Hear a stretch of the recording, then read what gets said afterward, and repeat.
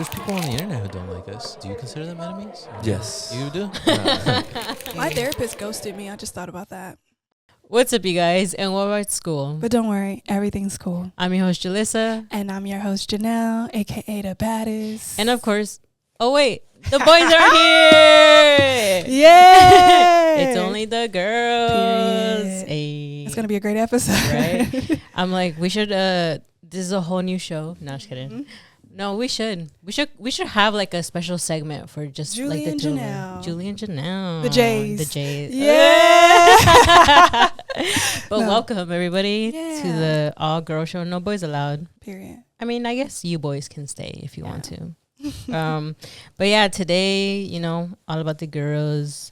We wanted to get into the Love Island stuff that has been happening. Yeah, so my goal was to make her biased and tell her all my how I feel about Love Island. She can tell you guys. Yeah. Like, okay, so we actually are filming this June 14th. So by the time you listen to it, it might be a little bit delayed, but nonetheless, this is how I feel about the current people of Love Island. So if you don't know what Love Island is, and there will be spoilers. There will be spoilers for everybody, so yes, you guys can skip. The timestamps are always on the bottom, so if you guys want to skip this part, you guys can. But also at this point, you should have watched Love Island. This is going to be, you know, later. I am not caught up, so I will be hearing the spoilers, too, but it's okay.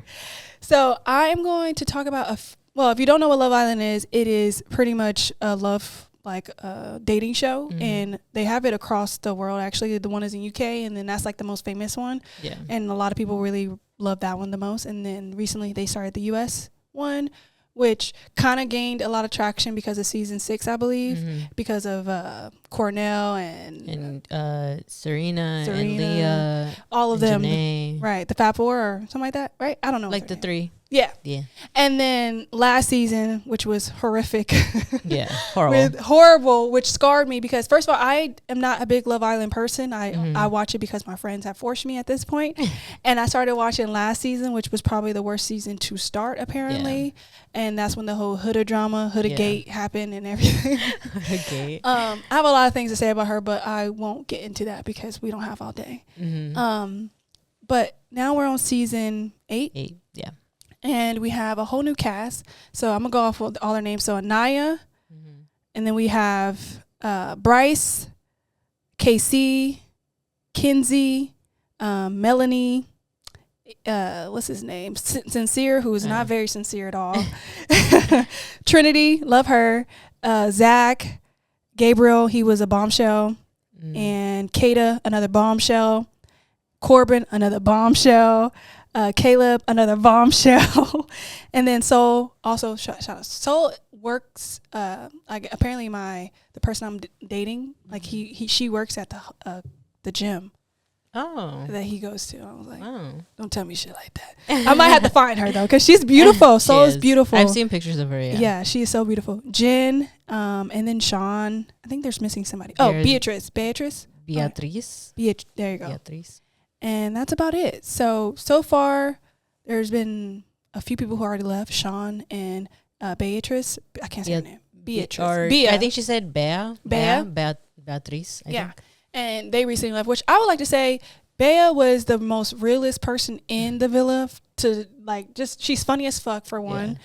She's also like a track athlete, like Olympian. I think she won in the Paralympics. Yeah, exactly. She won bronze, I think I want to say. Exactly. And she literally, one thing I really appreciated about her is that she was honest throughout every time. And she wasn't afraid to say the hard things in front of people, which I think a lot of them struggle with. And I think humans in general struggle with saying the things that you need to say. But I really liked her. And I'm not glad that she left. I'm not super sad about it because I don't really have any connection towards any of them yet. But yeah, I didn't really like that. Yeah, one. I haven't. Again, I've only seen episode 1. Yeah, I think. Okay, so the reason I couldn't watch them, well, for one, I had work when we had discussed this. And then the other one is I watched them with my boyfriend. So you can't do it with that. I was okay. So when you told me you were like, okay, we're gonna talk about the new season, I was like, okay. I literally texted my boyfriend and I was like, I have to watch the episodes because we're gonna talk about it on the podcast. And he's like, you can watch them. And I literally tried and I was like, I feel like I'm cheating. I feel like I'm cheating. I feel so bad. And he's like, it's okay. Like I even texted him. I was like, I feel like I'm cheating on you. And he's like, it's okay. Like you can watch them. But then I literally just didn't have time because of work. So I didn't get to really see anything, but I've been seeing everything on social media.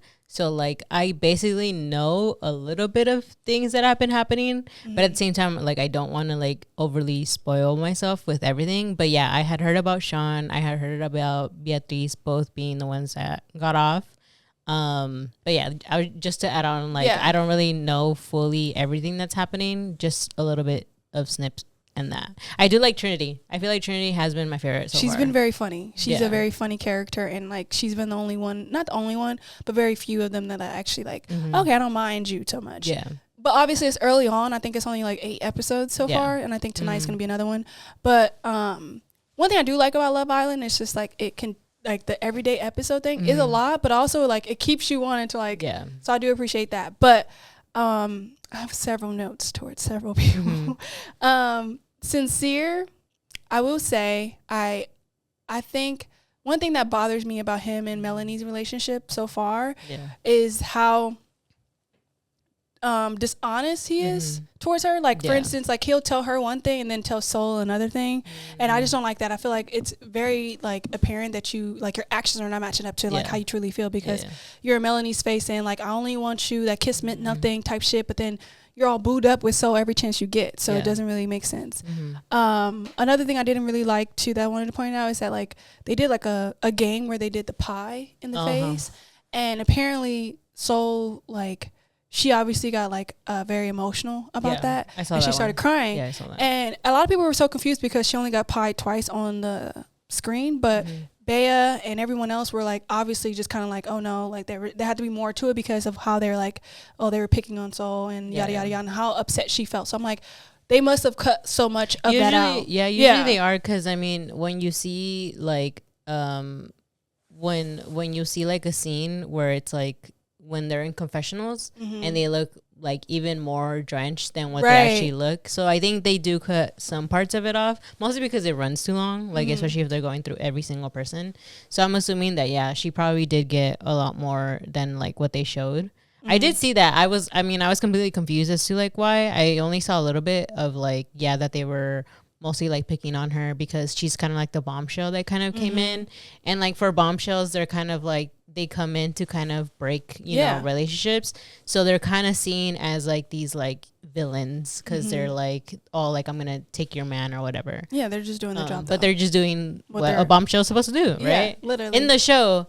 I don't know if you have more, but I mean we'll go more into it if you want to add more into like what's going on. Because like I think the only thing I have really to add to it, lastly, is just like the Mel, Soul, and Sincere triangle. So apparently in the last episode at this point, Soul is being paired with Sincere, and Mel is being paired with Corbin. And like towards the end of her speech, Melanie was like, you know, they can go be a good couple, yada yada yada. And like before I was watching the show and I was just watching clips on TikTok, it does not give you the full like view of everything, because you can have so differently total perspectives on stuff when you're not watching like full things. And obviously that makes sense, but like now that I'm watching it, I'm like, because Melanie supposedly on TikTok was getting like the Huda edit kind of in the beginning, but when you watch it, I'm like, I can understand her frustration. And I can understand her like her thing, and I think she didn't handle it as terribly as Huda did, obviously. But I don't like some of the things she does, and it may change because it is early on. But so far, I'm like, she does a lot of things, and I'm like, why would you do that? For instance, her and Sincere were like on the rocks, right? So she, you know, says she's gonna pull KC. KC is Anaya's partner, and Anaya is her like closest person in the villa. I don't give a fuck if you really needed, like if you really have feelings for KC. I'm not pulling somebody like that my girl is obviously booed up with. I don't know. I know it's Love Island and it's not Friend Island at the same time, but like I don't know. That's kind of weird to me. And then like how she went about it, she didn't ask. She just told. And I'm like, I don't know. Maybe I'm glad that she said something instead of saying nothing, but I didn't appreciate that because I feel like Anaya is getting like kind of like she's just being so nice to everybody that she's like not being treated the way I think she deserves to be treated. And there's like so many ways. So I feel like people are playing in her face. Yeah. And especially being a dark skinned woman too. Yeah. It just seems very like weird how they're like, doing things. And like I think Melanie, I don't know this girl. So I'm like trying to be mindful. But from what I'm seeing so far, it just kind of feels very like, I don't know, very weird. I guess it's interesting because when you talk about the edits and stuff, so on my side, right, because I haven't fully like seen it, I've mostly just been seeing like the edits. I've seen that like the whole Melanie and Sincere thing. Supposedly, I think it was Trinity, or no, it was Anaya who said like, "Oh, you guys are so toxic," like. You guys are like, I think they were in like the bedroom. I don't know if that actually happened, but you can tell me. But there was a scene that they were like all, you know, where the beds are, like with all of them. And I think it was Anaya or somebody was. Were they on a whole big bed? Yeah, and they were playing that challenge. They were, and I think somebody was like telling Sincere and Melanie that they're like super toxic, or something like that. I can't recall, but that bed scene was crazy because they had to like the men were tied up on the bed, and then the women had to go find their partner blindfolded, and they had like paint so you can tell where everyone has been. Yeah. And so like Melanie had went through everybody, kissed every single one of everyone. She was playing the game, but she got to Sincere, and I'm pretty sure she knew it was Sincere because he's the only one with long hair. Yeah. And so she goes to the next person, who was the last person, who was Corbin, who was also her type too as well. And she's like going back and forth with them, and she's like, I don't know which one's better, and I'm like.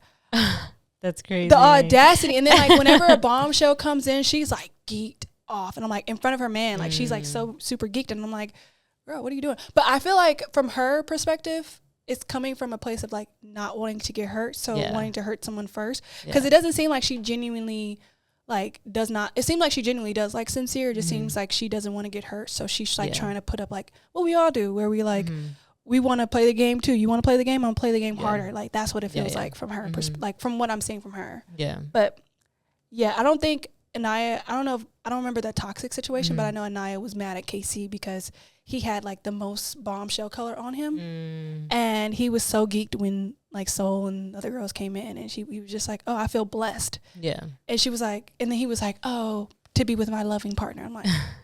See, could you be on Love Island? I like obviously if you were in a relationship, but like, could you be? Would you be in a relationship? I guess. Would you go if you were in a relationship?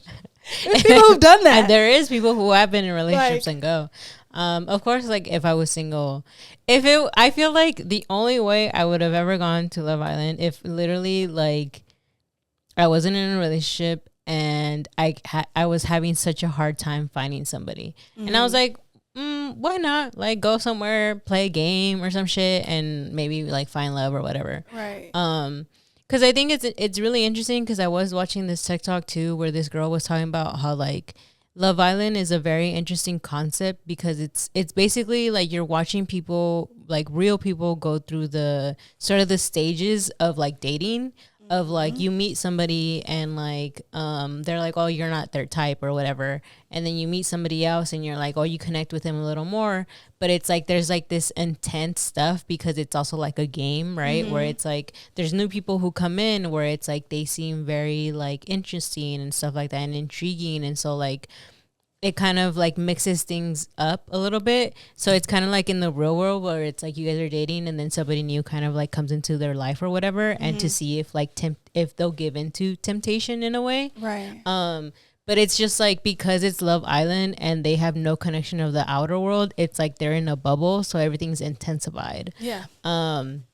Which I think is just really interesting because I feel like they slightly touched on it last season because they were saying how like Huda was like basically like losing her mind, and I think what's interesting too is just that people talked about how it's like, well, yeah, there's like no connection. Like I think people have been saying that you don't even know what time it is. Yeah, you don't. So it's like, so I'm like, it's literally you on an island with complete strangers trying to play this game while like at the same time trying to worry about whatever else might be going on in the outside world, right? Or how the world may be perceiving you too. Yeah, like and so pressure. Like, and so that's why I'm like, I think it's a very interesting like concept of like a game, because I think it's also hard to be like, well, I wouldn't do that, but it's like, but it's part of the game, right? It's part of like you're with this partner, and then the bombshell kind of comes in, like it's part of the game, you know. And I think especially because it's hard to speaking on it, because it's like, oh, like how they talk about like, oh, you're in a relationship and like you should be loyal to this person and blah blah.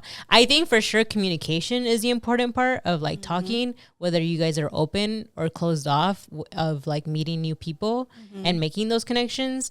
Because again, I haven't really watched this season, but I think if like Melanie would have talked to Anaya and been like, hey, like I am interested in Casey, like are you okay like if I start talking to him? I know that's your man and like we're friends too, but we're also here to find our connections. Or she could have said that and they didn't include that, and I was just because that could happen. Yeah. But like having that communication, right? Because it's like, and because I do think it's weird when they're like, oh, like he shouldn't be like kissing blah blah blah or whatever, but I'm like, but it's also part of the game. Like you kind of knew what you signed up for. On like you guys are all kind of just making out with each other to find that connection. That's why I say it's hard to be like the watcher, because it's like you would never do that in the real world. Like you wouldn't just be jumping from one to the other. Like you'd literally be in a monogamous relationship, and you guys have communicated that you guys are basically exclusively only dating each other. Yeah. But this is like a whole different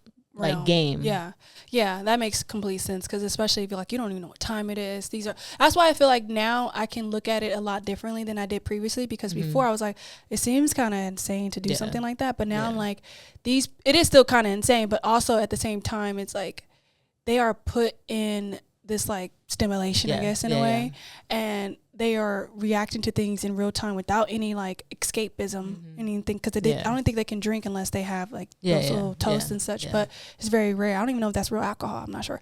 But what I'm trying to say is, it's just like it makes sense why their emotions are so heightened, because like if you have nothing else, like you're only there with your emotions and yourself and these people. So when someone leaves, it kind of seems very devastating, because this is what you know for such a brief amount of time. And then previously, before that, they put you in like isolation. So then like you don't even have access to your phones previously before that. So like it's been longer than just 6 weeks. So I can understand that. I think too. And I want to say, I think this is why people liked season 6 a little more, is because they were kind of playing the game. Like they were like, sure, there was like the occasional like couples that didn't like explore, like Kayla and Aaron, who were like the biggest, that they paired up since day one, but they were like so toxic to each other. But like, I think they each were kind of still exploring, even though like of course there was still the drama, like everything that happened, but I think they were still trying their best to not close off completely. Like Serena and Cordell, right? Like they were a thing, but Serena was always like, I still want to explore other connections. And so like, and I think this last season, it was very much like, it was a mess. No, that was a mess. It was just a complete mess. Well, I think what kind of got messed up on, and I think they're doing it again this season, but I think what kind of got messed up on is when they let the viewers vote on who they wanted each pair to be with, I think. Yeah. And people were just messy, because I feel like... Because I feel like last season, I mean, people like, again, like when you watch it, you have your favorites, you have those that you dislike, and everybody hated Huda. So everybody was actually, a lot of people didn't like. Actually, people liked her, which was strange to me. Yeah. Well, we were on the other side of the yeah. So I mostly saw that people hated her, and so then that's why. And also because like I would talk about it with my coworkers, and a lot of them didn't like her. I kind of understood why, but I feel like I wasn't trying to be so harsh on the women on the show. I always feel, side note, I always feel like the men on the show are never that good looking or anything, or just genuine or anything. And I feel like the women are usually always beautiful, and I'm like, all these men are out of your leagues, but whatever. But yeah, so like Huda wasn't very much liked, so then everybody was like trying to give, and everybody was basically trying to make her crush out, is essentially what people were saying, right? And so then that's why they like took her off. I forget his name, but they gave Jeremiah. Jeremiah with Iris or whatever, and like that was like a huge thing, right? I just feel like it just makes it so messy that way. Yeah, if you give, I guess, people the power to vote for that. I just think it's insane. I just think America shouldn't be able to vote. We see what we've done. We don't need to do this anymore. Yeah, like I think it's good if you want to vote for your favorite couple. Yeah, like to keep on there. I just think it is also interesting to see like like, because we're watching them, that we see who's being actually genuine and who's actually lying to them. Yeah. Like, I always think that's like such an interesting thing. And that's why I always want, low-key for me, my favorites were always the reunions, because I'm like, they already watched it, so they can literally like call you out for some shit. But I hated that last season they didn't do that. Like, they didn't really call each other out on anything that actually happened on the show. And I'm like, there's a whole bunch of shit that happened in that show that so you guys, much. they missed so much, where I was like, you guys need to talk about this, because I wouldn't just let that shit slide. But whatever. No, I agree. And also I think one of my friends, well, both of my friends, Kayla and Zanisha, they're like really big on like Love Island. I think they were like the biggest reasons why I even like turned on the show. Yeah. But they said that season 7 kind of like changed a lot of things because it really started making people explore more rather than just like picking a person and like doing that, because for some reason people are just too afraid to get hurt, or they're too afraid to like really settle down on one person because there's always new people coming in. And I think that is probably what the issue is currently, because it's like you never know what anybody's being genuine about, because everybody's still exploring. At a certain point you should know that this is the person you want to spend the rest of your time here with, and that should be genuine enough. And I think and also I want to briefly talk about Huda, because she's an interesting character. And I don't know this woman, and I'm not trying to talk terrible about somebody I don't know, but from what I've seen, it's just very interesting the reaction she gets out of people. And I like to point out the fact that like I think the reason why I was so upset with some of the ways that she handled things is because, not that I saw myself in her, but I think there's always like a version of yourself, or like like maybe like a passing thought of some of the things that she did that you're kind of like, oh, it's a part I could see, you know, because like the crash outs were crazy, and I don't actually see myself in her or anything like that, but it's more like she invoked a lot of emotion out of me, and that made me question why I was getting so emotional, because like I don't know this person, I wouldn't act like that, so why is that like making me feel some type of way? I think because I can relate to some parts of it, like the anxious attachment style and wanting to be chosen. Some like just to be honest, like as a woman, I think we have always had that issue with wanting to be chosen, because that's what society has made us feel like that's the most desirable thing to do or be. And I think it's just I think the thing with Huda that annoyed me, I don't think it was her in the beginning that really annoyed me. I think it was everybody else that I feel annoyed me. Because I feel like her and Jeremiah were actually really good up until I think it was Ace or somebody started saying like to Jeremiah, like, oh, you shouldn't. Ace was a menace. I low-key could not stand that man. Because he was basically, I felt like he was basically twisting everybody's minds. Because I think he's the one who first said something to Jeremiah that made Jeremiah be like start overthinking things about Huda, which kind of ruined their relationship. At least that's how I kind of saw when I was watching it. And so then to me, I mean, for sure, I don't think they were eventually compatible, but I feel like there was other like voices that were kind of feeding into each other that kind of made them like get to the situation that they kind of were in. At least that's how I saw it. Yeah, I can see that. I think it definitely would have got there at some point anyway, because she just seems like someone who is like easily reactive and such like that, which if you have a lot of healing to do, it takes some time, so I can understand. But like at a certain point. For sure. Yeah. Because I'm like, they're also adults, I guess. But one thing about Sincere that I didn't like, and like, I, other than this, I don't feel like he's been wrong in any other situation so far, but I do think people are giving him like that edit where like he has done nothing wrong or anything like that, and I don't really, this is from what I'm seeing on my TikTok.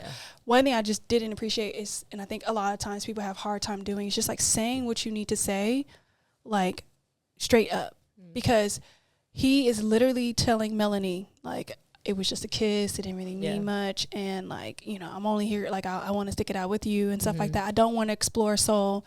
But then every chance you have, you're in Soul's face, you know, talking about how, you know, amazing she is and yada, yada, yada, and like how you like talking to her and such. So I'm just like, I just would feel, I just don't like, I understand it because I know how difficult it is, because I've been in a situation where it's difficult to really tell someone exactly what you want to say in a way that's like, you know, but I think he's just lying at this point. You're just lying. Like, you're just lying, and it's not sincere. Like, it's not sincere. It's not. He doesn't live to his name. No, like, And there's ways to go about it, and like you can obviously still explore. It's still very young. I mean, early on in the thing. So it's like, why are you doing this? It's so funny because again, like I've only watched the first episode, so I can't really give too much of an opinion.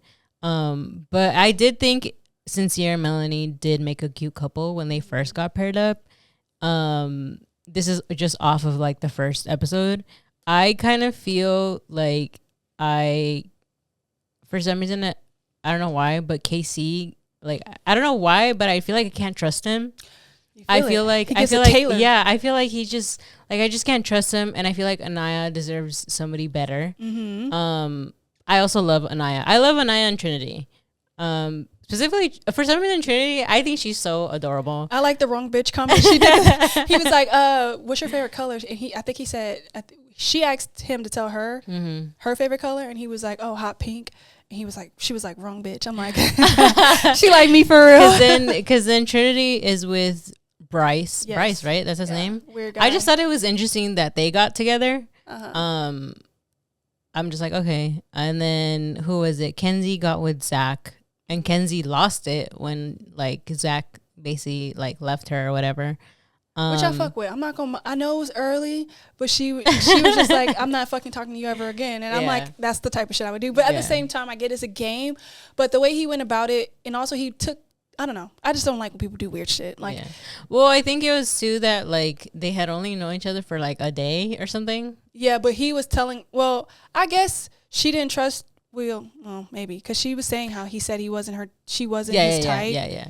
But he didn't like specifically say it, so she didn't like, she was still trying to. Which I think too, like I don't think you should say with somebody maybe who I guess who kind of is already telling you that they're maybe not attracted to you. Mm-hmm. But at the same time, because this was another weird thought that I had where I was like, would you go in there looking for somebody who's your type though?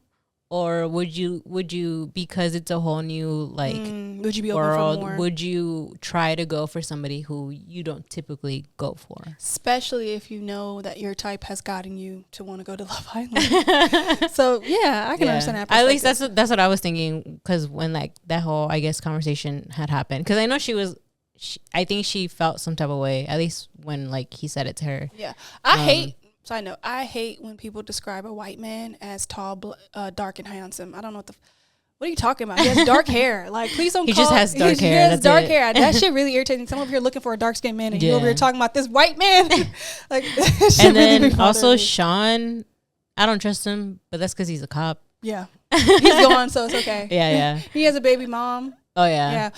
Also, he went on the fact that he was like, I was in a relationship for a long time, and then I went off the rails once we broke up. I'm like, damn, he went off the rails, got pregnant, went on Love Island. I'm like, if I was his ex, I'd be like, God damn. Yeah. No, yeah. I just thought it was interesting. Because I feel like people, at least people on the internet, because again, this is edits on the internet, where people were saying that like eventually the girls didn't like Sean because they didn't want to be stepmoms. Which like, because he was attractive. Yeah. No? I thought he was cute. I don't think if he didn't have a kid, I think it probably would have been a different story, because he probably would have been more of a hot commodity. But like having a child, like, no offense, but fuck them kids. Like, I think it's a whole other like responsibility that you have to also consider when you're getting into a relationship with somebody.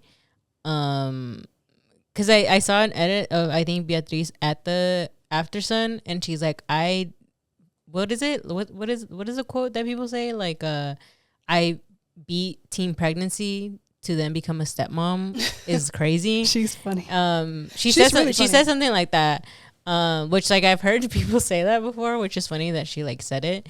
And so then like I think that's why I'm like I think some people have that mindset of like when they start dating somebody with a kid, they're like, well, I avoided all these things to not become a mom, not become a stepmom, which is like a whole different. It could work thing. For some people, but most people it's not. Yeah. And also, like, did you see? I think the mayor or somebody. Oh yeah, because he was a cop and he like left. Like, mayor was a hater for real. Like, if you would have got, like, he was just bitches is mad, hoes mad for real. Because like, what? That was weird.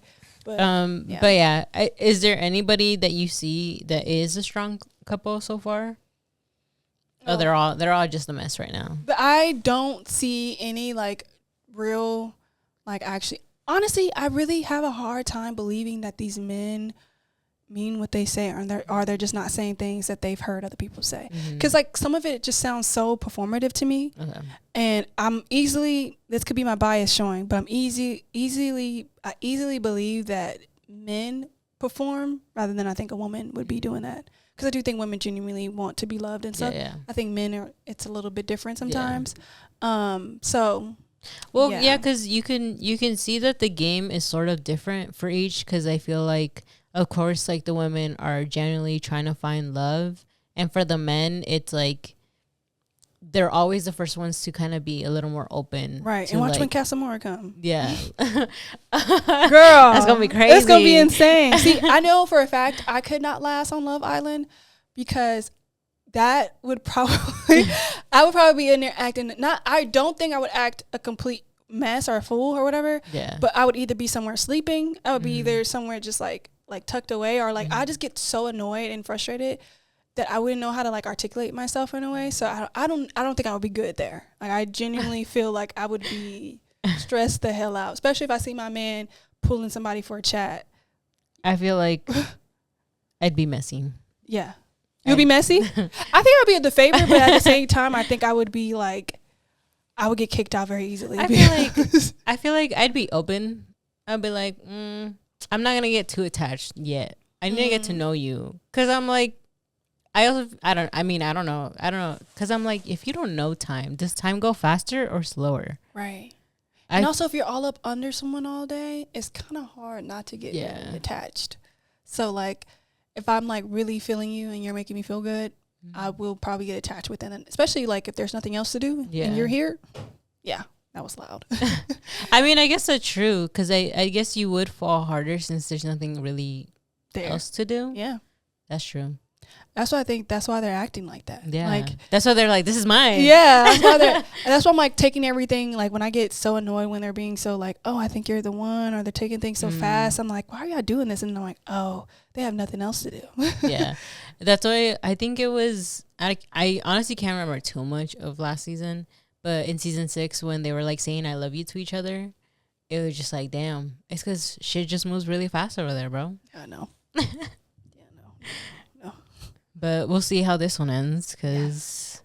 So is it good so far? Well, you saw last season, right? So is it way better? Yes. Would you say? Okay. Yes. It made me realize why people watch the show. Okay.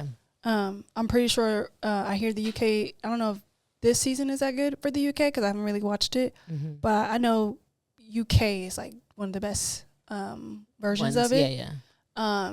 But yeah, I'm someone who doesn't really like reality shows like that because I get like secondhand embarrassment, especially dating ones. Like I get cringed the fuck out.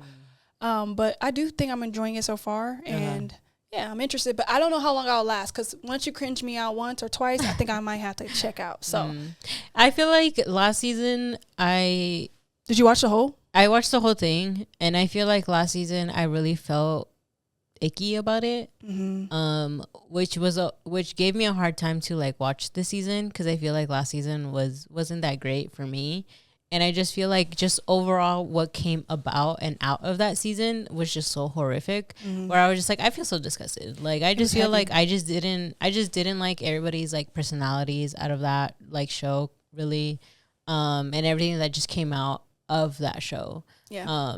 Cause I'm just like, I don't know, they all just seem like bad people, and I hated the fact that they were all kind of getting famous off of it. And so I was just like, I don't know, it really made me like icky about this next season, which is why like for me it is a very much like, if something like happens, I'm just not gonna watch it anymore. But yeah, no, I agree. I think last season was more heavy, and it felt heavy. Yeah. And it felt like it was just like something on that season. But also I do think it's something to say about like, I don't know if it's just the US version, but when I say I think a lot of it is performative, is like I think a lot of them are just on there to get famous, which is fine too, like if that's what you want to do, but it kind of makes the process not feel as genuine and as good, and you can, because you can like tell in certain ways and like how people navigate and like speak, like you're only doing this because a camera's in front of you, which at the same time, what would I do if a camera was in front of me all day? Like I would be on my best behavior too. So I'm understanding of that, but I'm also like, I really want to see more like genuineness. But that may just come with time, because at a certain point your true colors have to come out, Yeah. because that's just what it is. You can't do the whole like acting in a persona It's the same whole like with entire Taylor from Love Island last year. time. Like I felt it in my spirit. I felt it in my gut. I'm like, I don't like that guy. Yeah. Don't know him, so I'm not going to talk about a human at the same time, because at the end of the Yeah. day, but no, I didn't like him from the jump, and I knew it. I felt I it. also think it's interesting that they have Zach, who was Charlie's brother. I just think that's interesting that they have him in there now. I don't know. There's something about it where I don't like it.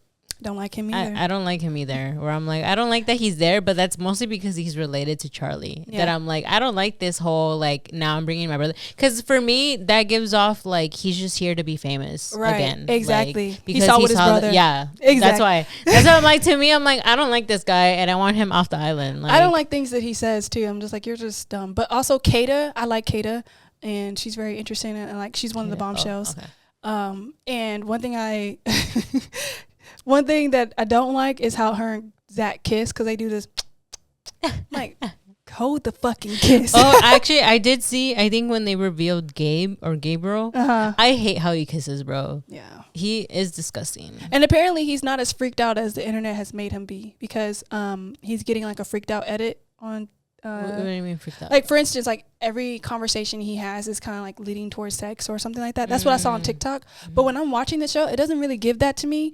So I really want to say, if you're watching on TikTok, you're not really seeing the full view. And then also like him and Bea. I never Bea, I think. Yeah. Her and his like final farewells was so sweet and like touching, and like they were just saying like how much she felt normal around him and like all this other things, and I'm like, I really enjoyed that, and like I think if more people would have saw that connection a little bit differently, it would have been better, because like I think no one else speaks Spanish besides them two. Yeah, so like he had someone to communicate, because he wasn't like, that wasn't his first language, and so he was like, she was like, oh, do you want to talk in Spanish? And then they would just start talking in Spanish. I'm like, see what it feels to feel seen, like our understanding. You don't have to like try to find the words. Wait, so then this is me asking for a spoiler. So like what happened? Like, because is it that they were together, or did he not pick her? Or? So they were together, and then the U.S. voted who the bombshell should end up with, and they picked one of the bombshells to end up with Gabe,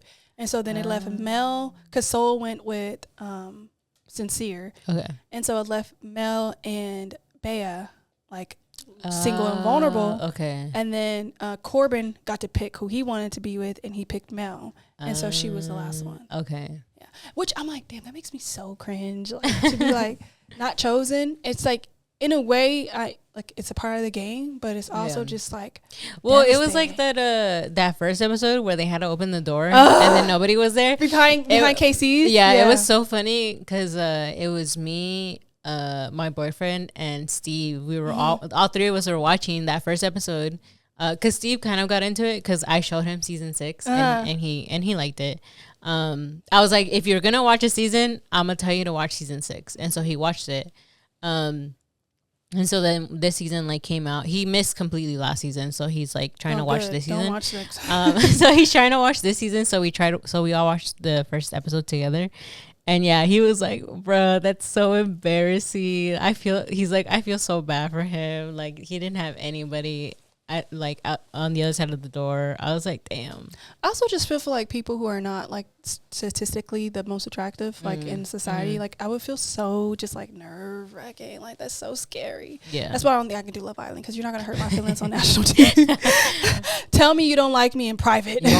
You're not gonna see me cry for a man like that. No. Yeah, now that I'm looking at them, I feel like I've basically have said every single one of these men, and I said that I don't trust every single one of them. I don't trust any of them. I'm not attracted to any of the men. There are some beautiful women though. I'm telling you that like they put like really beautiful women, and like I feel like all of these men are like out of their, like none of them are in their league. Like none of them are hot or like anything. I will say there were some few ones that I saw. I'm not sure of their exact names at this moment, but I think his name is Ovi. He was fine. And then the one that one bombshell that's now with Leah. Oh, Miguel, when he be lifting shit nowadays, every time I see him on my timeline, he's fine. Cornell was cute.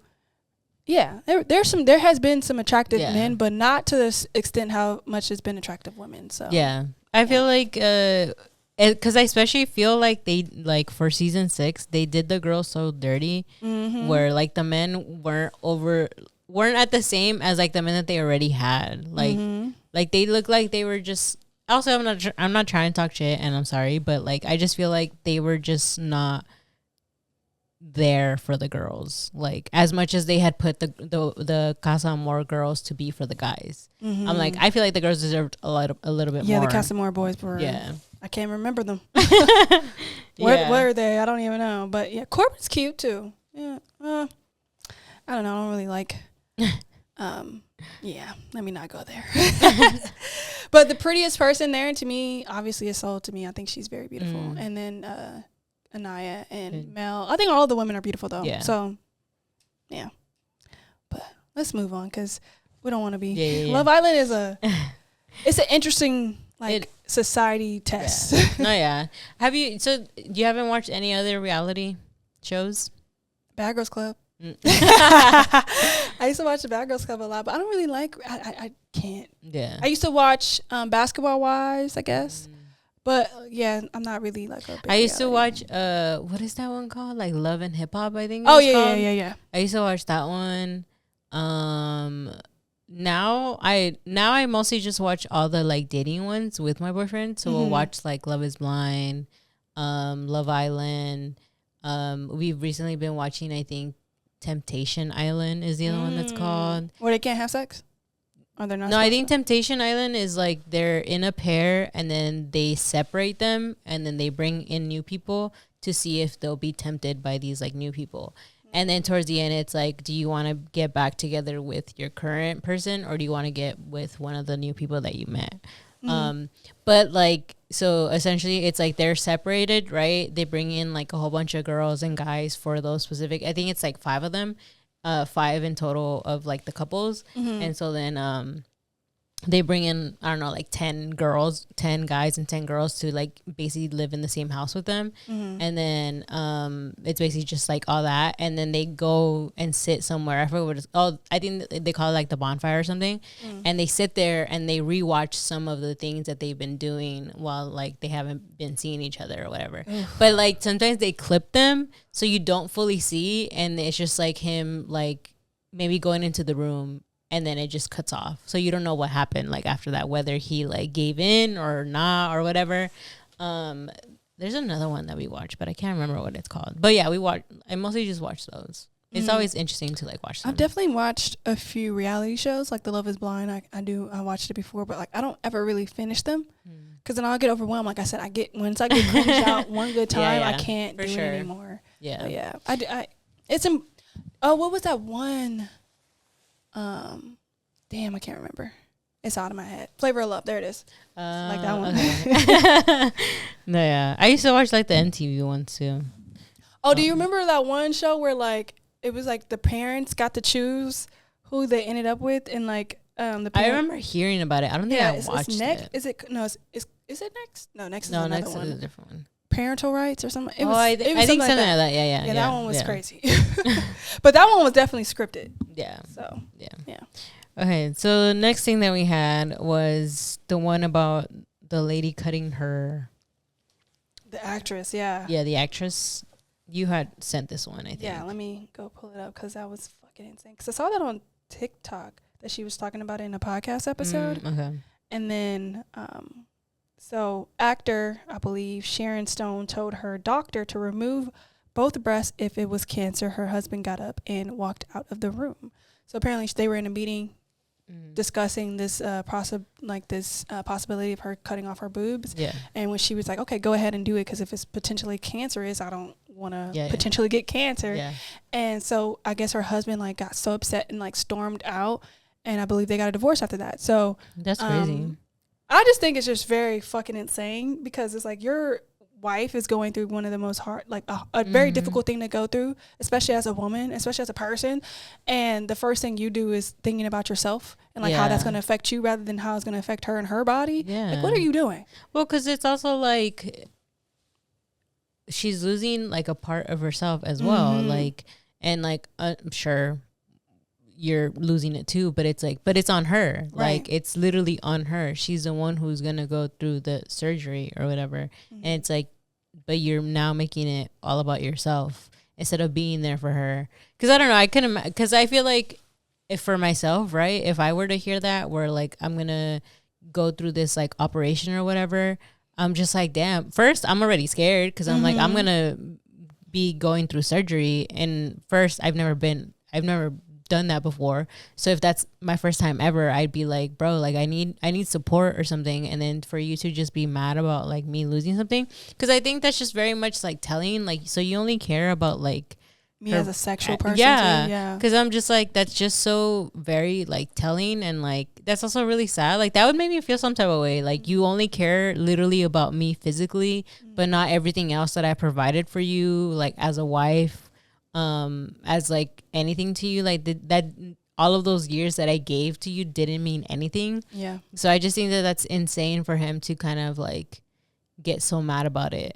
Yeah. And like storm off, basically. Storm off is crazy too. It's just like so. Yeah, because from the post that you said, it said, yeah, that she's like, I am deciding that I will have a bilateral because I'm not fucking around. And my husband said, this is ridiculous, and got up and left the room.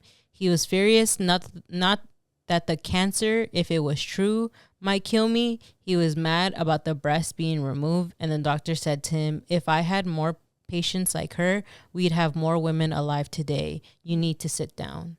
And I said, I made the decision, not you. That was the end of the marriage.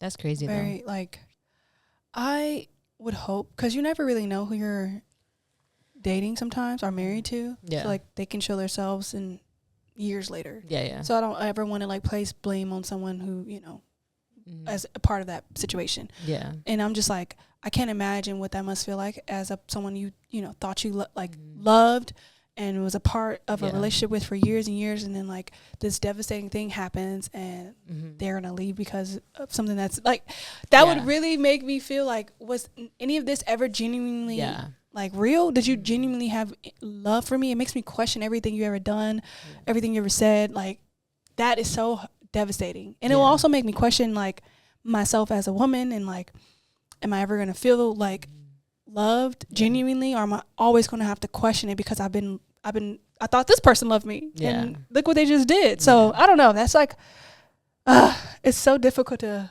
digest. Yeah. I think it would also make me like spiral of like, damn, like how you said, like, was any of this real? Did you only really just see me as an object? Like something like that? Like, I don't know. That's pretty much like, that's super insane. Didn't men didn't women had to get like consent from their husbands to like do anything to their like bodies like growing up, right? Like I'm like not growing up, but like previously, maybe? I'm pretty sure like they had to get permission from their husband to get their tubes tied, probably such like that. I'm just like, what is going on here? Like, are we not our own individuals? Are we only important as it relates to a man and what we can do for them? Yeah. That is devastating to think about. I just think it's a crazy thing for him to do that. I don't know. I wonder, how long were they married? Let me see. I'm going to look this up. Also, I think we should shame people who do things like this. This is something that's so insane that people should be shamed for. If y'all get with this man. Right. That would be crazy. Let's see.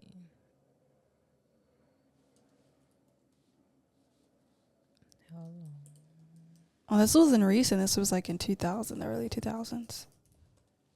Oh, so this wasn't a recent thing? Mm-mm. She just talked about it recently. Okay. I think if this is the right one, it says they were together for 6 years. Damn. That's crazy.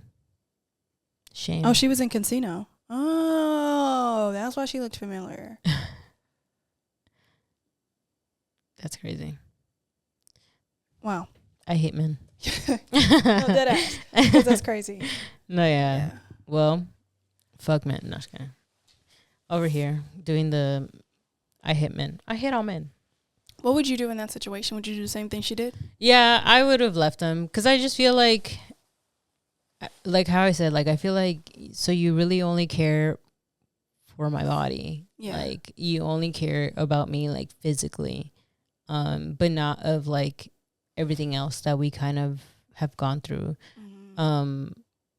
Cause yeah, I would feel so hurt. I would be so disappointed that like you're not there for me in a very, cause I'm assuming again like this was a while ago and they were probably like really young, and I was just like, if I've never especially gone through a surgery before, I mean I don't know her, but like if it were me and like I had never gone through something, I'm like, you would literally make me feel this way when I'm literally about to go through something like, so like, and anything can happen, like anything can literally happen to me under that table. Like I don't know, I yes, I would leave him. I would be like, I don't need somebody like that who's not going to be supportive of my health. Like if it like the fact that it's like it could literally kill me, like, and you're over here not being supportive of it, like I don't want you in my life. Like I don't think that's a good partner to have and spend the rest of my years with. Right. So yeah, I would leave. Definitely. Immediately. Yeah. I would too. I would hope that I would never be put in that situation, obviously. But if I am put in that situation, I would probably sue for emotional damage too. Like, I'm leaving here for something. You're not about to sit here and play. Okay. I will find a way. That's funny. Me trying to find a way to sue somebody every Right. chance I get. Get your money. No, literally. Get your Like, money. oh my God. No, yeah. Fuck that, man. You will never hear from me again. Ever. Okay, so for our next thing, I had brought this up about, so I saw this TikTok about this girl talking about how calling yourself a girl's girl actually isn't very much like, I guess, uplifting or like a good thing to call yourself a girl's girl. But she more talked about it in the sense of like, still putting women into this sort of like category of like, you should still be like kind of like a good person. You should be nice to every single girl. You should always be considerate. And so she was saying that in a way it kind of still gives into like the whole misogyny of like how men kind of try to place women to be like, oh, you should be like nice and like quiet and like put you in your place or whatever. And so then she was saying that or calling yourself a girl's girl is kind of in the same vein of like, because she gave examples of like, I guess one of the biggest ones, I don't know if you probably saw this, was this girl went up to this other girl to like compliment her on her boots or something. And then she asked her like, oh, where did you buy them? And she didn't want to tell her. And so then people were like, oh, she's weird, like she's not a girl's girl. And so then some people were saying, well, you can't really just assume that she's like a bad person. It could be like she's not very like socially, like she's not very social, like she just doesn't, she wants her own personal space or whatever. And so then people were saying like sort of that kind of attaches to like the whole like girl's girl of like being like nice to everybody, when it's like you shouldn't always be available or like nice to people that way as a woman. That it's sometimes there is like that bad thing of like some people just want their personal space and they shouldn't be like fully available to you in some sort of way, right? Yeah. So I thought it was just like an interesting thing, because I know that girl's girl has been like a huge thing that has been like popping up. And I think we briefly talked about it because I thought it was an interesting thing. I don't think I've ever called myself a girl's girl. I just was always like, I am for women, and I think that just automatically shows. Because sometimes for me, when I was like watching this, it reminded me of like, I think sometimes when people call each other girls, it reminds me of like when guys say, oh, I'm a nice guy. So it kind of gives me like the same like energy, connotation, like in the same way of like, why do you have to brag that you're a girl's girl? Like how I said, like I think it should just automatically show that you are somebody who supports women. Like I don't think you should always be like bragging about it or like shaming people, I guess, in a way, because it's also like I kind of can understand what she was saying in the video of like it can be very much like you telling like there's a certain way that you're supposed to act towards women. Yes. And I can see that it can be used in a negative way, right? Yeah. But again, like I feel like some people use it as in like, oh, like I'm the nice guy and like I'm always here like trying to be a girl's girl, but nobody does that to me. You like it kind of like gives the same thing in that way. No, I can understand that, and I can understand the whole connotation of like it kind of gives off like you have to be nice in order for like it to like work or whatever, and like women they have no autonomy over themselves, so they can't say no type thing. I can understand that perspective, but the whole like gatekeeping thing, I don't think that has anything to do with like being a girl's girl.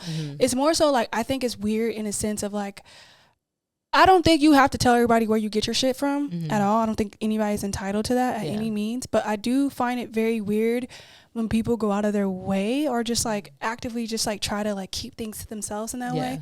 I'm trying to understand it because maybe I just don't understand like why do you feel the need that if someone else has it, it takes away from you having it or the value of it, because it's like I don't care if somebody has the same skirt on as me. Like I'm wearing this skirt where I'm not comparing myself to this. Like I've definitely compared myself to women all the time before, but like at this point in my life, I'm like, I'm not thinking like that. I'm like, she looks good, I look good. It's not the same. And like I can understand of like wanting to like preserve things, but for what? You're gonna die. I don't know. It just has never made sense to me. Like anytime someone has ever came up to me and asked me for something or whatever, I'm like, oh, I got it from here. Because I've never like thought like I'm never gonna see this person again probably. Even if I did, like I won't be wearing the same thing. I don't know. It just never really came to me about that. But I can understand the whole feeling like you have to give yourself to everybody in order to be a girl's girl. I don't think that's what it means, to be honest with you. I think it's just about not looking at women as competition,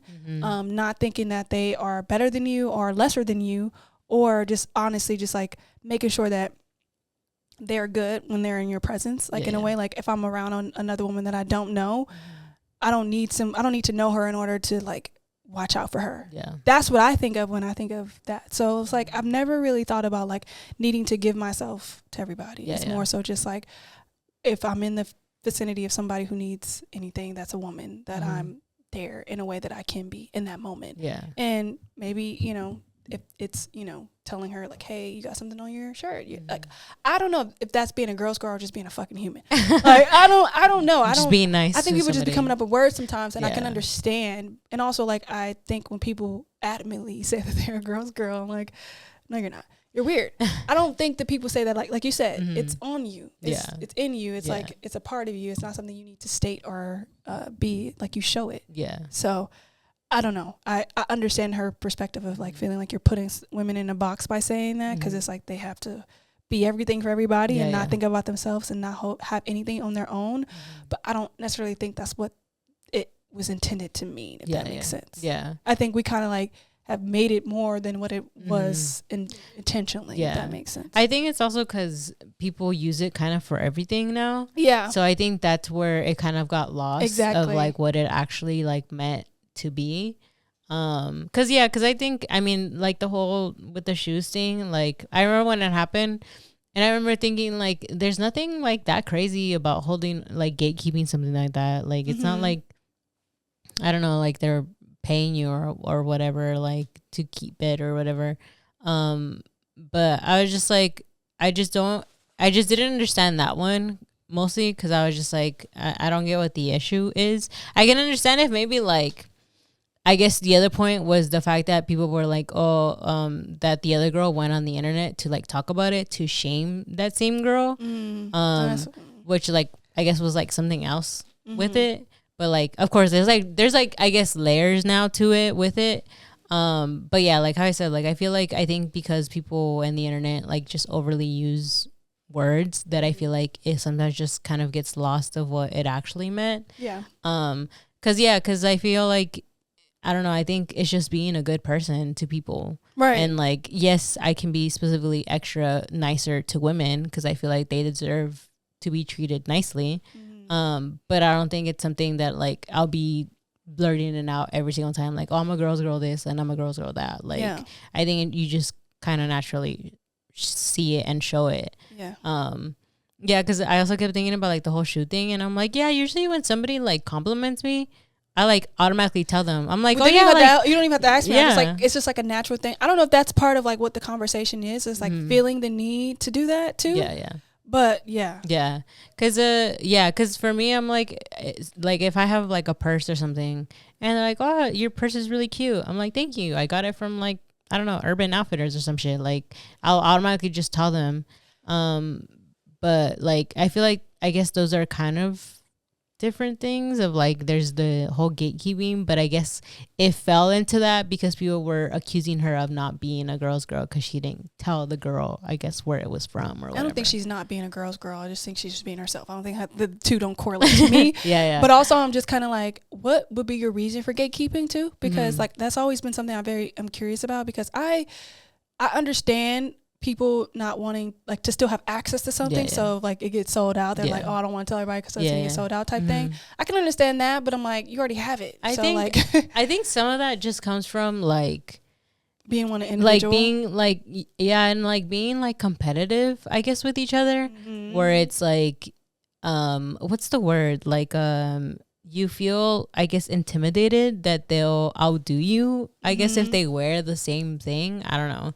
Like, I think that's where some of it comes from, where people might gatekeep, where they're like, oh, well, if you wear it, like, you're going to get, like, more compliments than me or some shit. I don't know. Like, I think it falls maybe into that category of, like, people are going to, like, start comparing us, like, who looks better or whatever with it or whatever. And I think it becomes, like, this competition of, like, because, again, like, we've talking about, like, clothing to people is very huge. And I think there's some people who kind of really take it to their heads when you hear like the compliment of like, oh, you have some really nice style. So if you see somebody wearing the same thing, you're gonna be like, oh, well, like now somebody else has it, I'm not unique anymore or whatever. So I think it's always kind of like a competition with each other. I would say just to the people who want to gatekeep stuff is because like they don't want anybody else to have it but them. They want to stand in that uniqueness, but like your existence is already like, So. Yeah, because I feel like, again, like clothing it looks different on everybody. Yeah, like someone's not gonna do it the same way you did it, and then like you could see it in everyday life, because like somebody can wear the same jeans, and someone else can wear the exact same jeans, and it'd be a whole different outfit. Yeah, like I don't know. I always thought that was weird, mainly because I've had certain instances where this happened to me, where I like asked someone what it was, and they didn't, respond, or they like kind of like shut it off. And I'm like, why are we being? It's a shirt. Yeah. No, yeah, for the most part, like literally I'll watch somebody's story and I'll be like, oh, I like your boots. Where did you get them from? And they'll literally send me the link. Right. Like you think and also I'm like, if you ever be weird about it, like I will find that it will come to me at some point. So please don't do this. Nowadays you can literally just screenshot it and just like put it on the internet and it'll show you where it's from. Yeah. Like, I mean, that's how people ended up finding out the boots that the girl didn't tell about or whatever. Yeah. But I'm just like, I don't get the secrecy. Yeah. Like, why are you keeping that? Like, I would get it, with like products, like I don't know, a product that you use and like it blows up on the internet and now it's like sold out. Sure, like why not? But like a clothing, like it's not that big of a deal. Yeah, like, and then also it's just not that deep. Like it's really just not. Like I've never understood that. But hey, teach us on. To everybody on their own. For that. Right. Do we want to move to the question of the week, or was there other stuff? Because then we said there was the beauty standards or dating horror stories. Ooh. Dating horror stories. Do I have any good ones? Do you have any good ones? I feel like I never really, I guess, had a bad experience with, like, on a date or anything. I feel like I can't remember. The only thing is, like, I think I went on a date. And I think that was the first ever time that I actually had met somebody and I was not vibing with them at all. Like, because I thought they were like very attractive and I was like, oh, like this is cool. Like I'm going to go with this, like on a date with this person. Immediately they started talking and there was just like nothing there. And I was just like, damn, like I just thought it was so interesting that they could be so attractive and I could feel nothing like for them. And I was just like, this is weird. I'm not enjoying this. And so like I didn't like really talk to them like after that first date. But I think that's the only thing that I can talk about because I feel like I can't think of anything else of like embarrassing or weird that happened besides like just that feeling of like I feel really awkward right now and I'm not vibing on this date right now. Yeah. I've never had like a bad date so far. I've had some interesting relationships I've been in, some situationships I've been in that were a little weird. I remember one time a guy told me that his the girl that I thought he was dating was not his real girlfriend, and that oh my God. Oh, this is about to get insane. Okay. So I have been talking to this dude on and off for a few years at this point. Mind you, we really didn't like kiss or go on like much dates or anything like that, but like we were like dating in like a situationship kind of way, you know?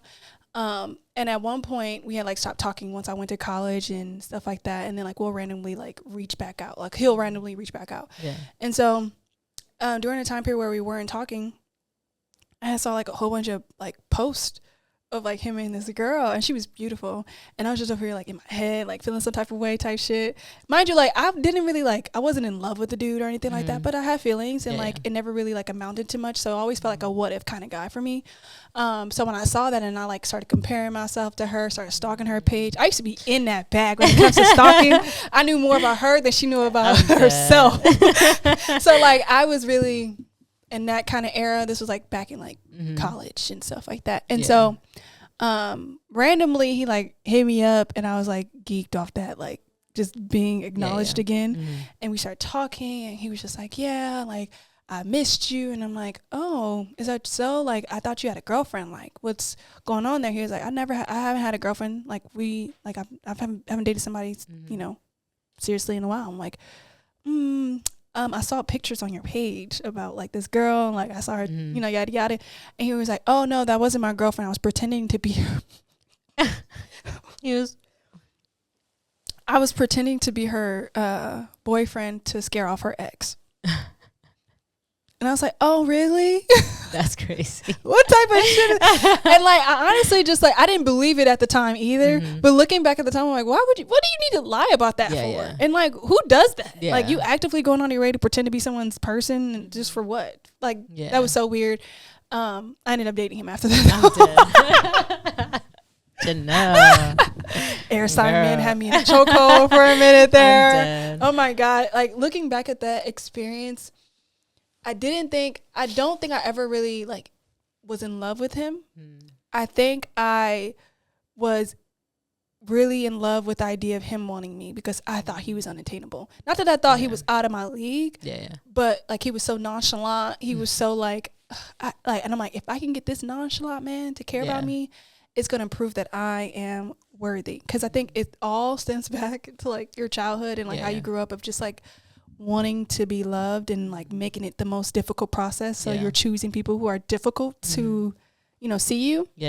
So that was like one of my biggest thing, and I kind of like repeated the pattern for like the next few relationships afterwards until I finally, you know, spent like I haven't been in a lot of relationships by any means, but like most of my life I've been single. But I think the relationships I've been in have been like part one, part two.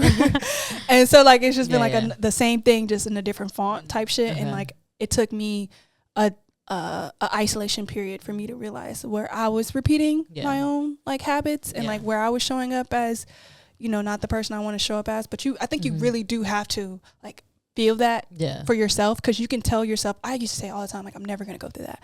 No one's ever going to make me feel like that. But I do think you have to experience it to realize how much you're never going to let someone do that to you, because it's a lot easier said than done.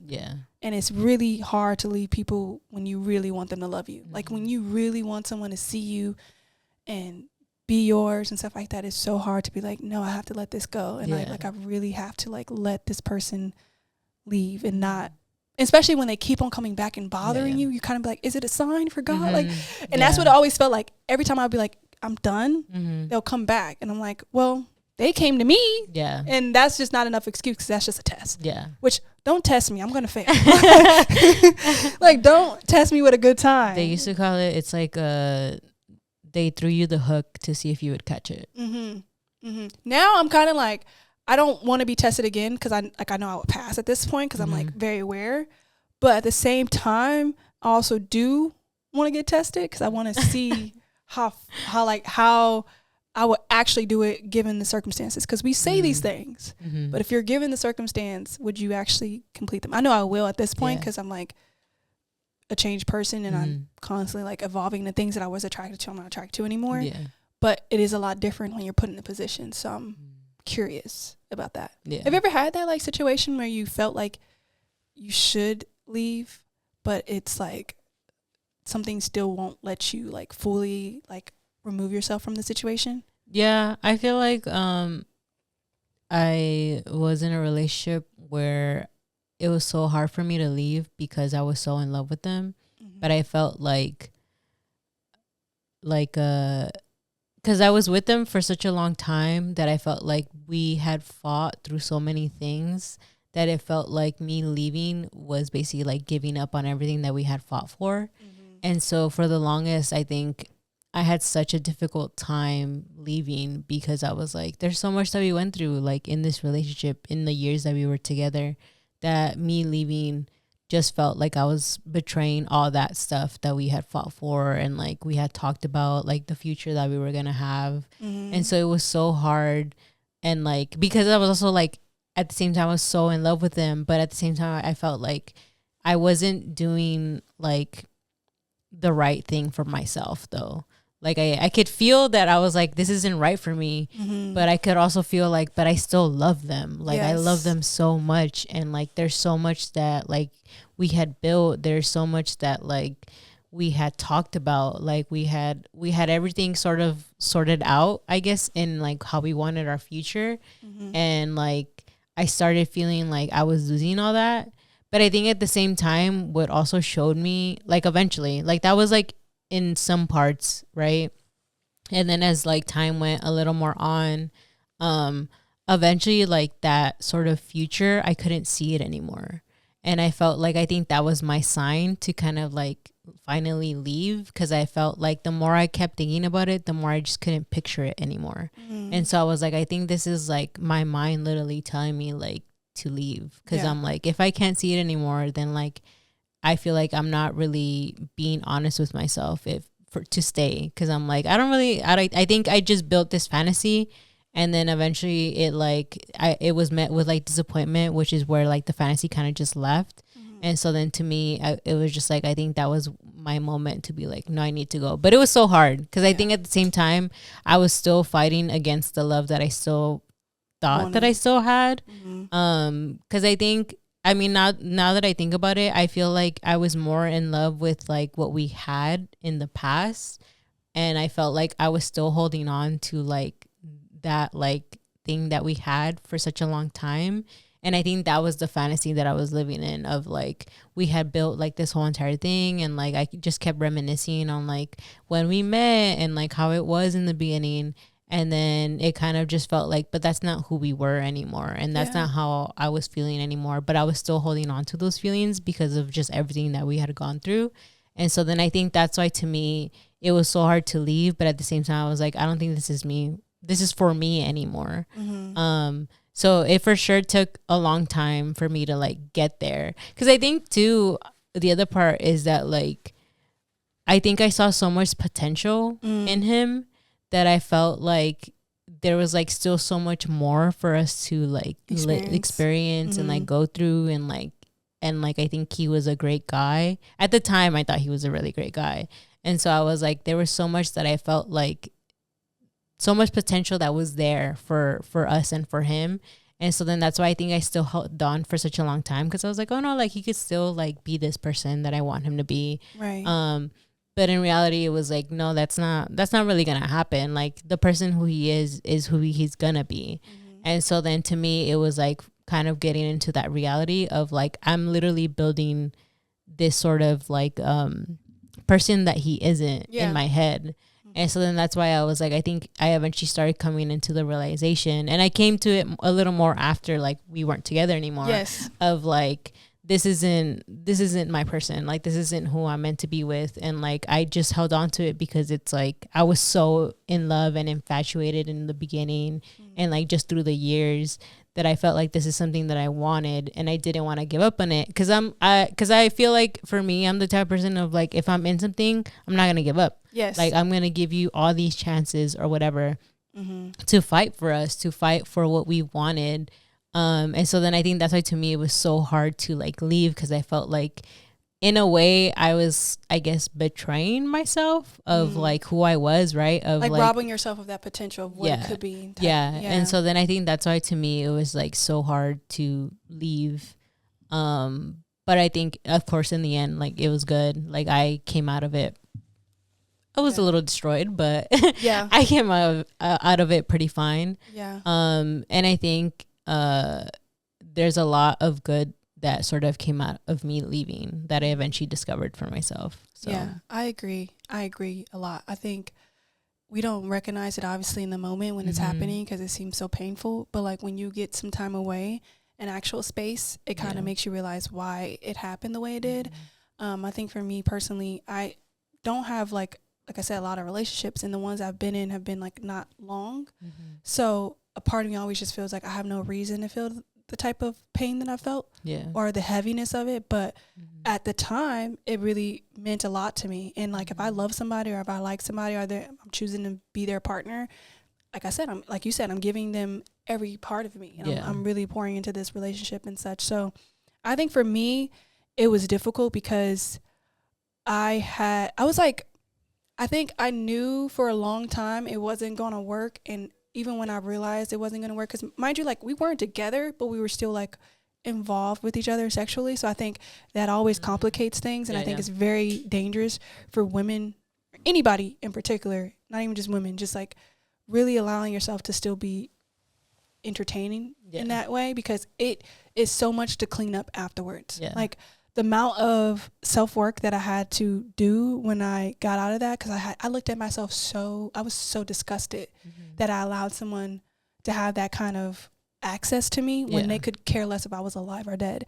And I was just so like you said, like in the beginning, so infatuated with how I was in the beginning that I was hoping that they'll come around. So if I'm still available to them, then maybe someday they'll see it again and they'll be like, oh no, like this is where I want to be all along, because they're still bothering me. They're still hitting me up. They're still whatever the case may be. But I dealt with so much like unlearning, and then like the things that they would like tweet or say or like post about. And then when they got a new girlfriend, it was just like, it was the complete opposite of when I was their girlfriend, of like how they handled the situation. So it rewired something in my brain that I had to like actively choose to like work on. I couldn't ignore, I couldn't escape, I couldn't like, run from it. It was very painful. And I used to feel so bad because I'm like, why am I feeling so much? We weren't together that long, but like we were involved with each other for a long time. And like when you allow yourself to, or you allow someone to continue to like come up, like be in your life in that way, it really fucks you up when you realize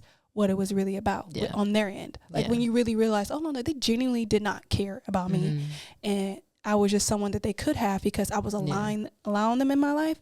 And it was just really tough to like move past from. But I will say I wouldn't change anything. I wouldn't go back and be a different person, even though like in the beginning I would say that all the time. Like, oh, if I go back, I'll cuss his ass out now. But now like I'm so grateful because I know that it had to happen that way for me to really understand what it is and who I am and like what came out of that. Like it was ugly, but like it made me a person who I can respect now, who I know has been through some shit now, who I know will protect me now. I trust myself now. I think I didn't trust myself then, so it was easier for me to allow someone to do that. But, I take full responsibility for my own like play in my own suffering, because when you continuously do that, you have to ask yourself like, damn girl, like you knew, so like what do you like? It's so hard because you're like if you knew, why did you keep on doing that? And it's really hard to forgive yourself for that, like because once you've really already like logically can understand what the hell is happening here, and you're still actively putting yourself in harm's way, it's like, did you like that? But I think it was just like I had so much hope and had so much optimism about that person, and I projected so much of myself and like my like what I wanted from them out of them. I don't think they're a terrible person. I just think they handled the situation a way I would never. And that's okay. Like they're young, we're young, so like it's no hard feelings. It's not like I hate the person now. It's more so like I am proud that it happened the way it did now, but in the moment it was devastating.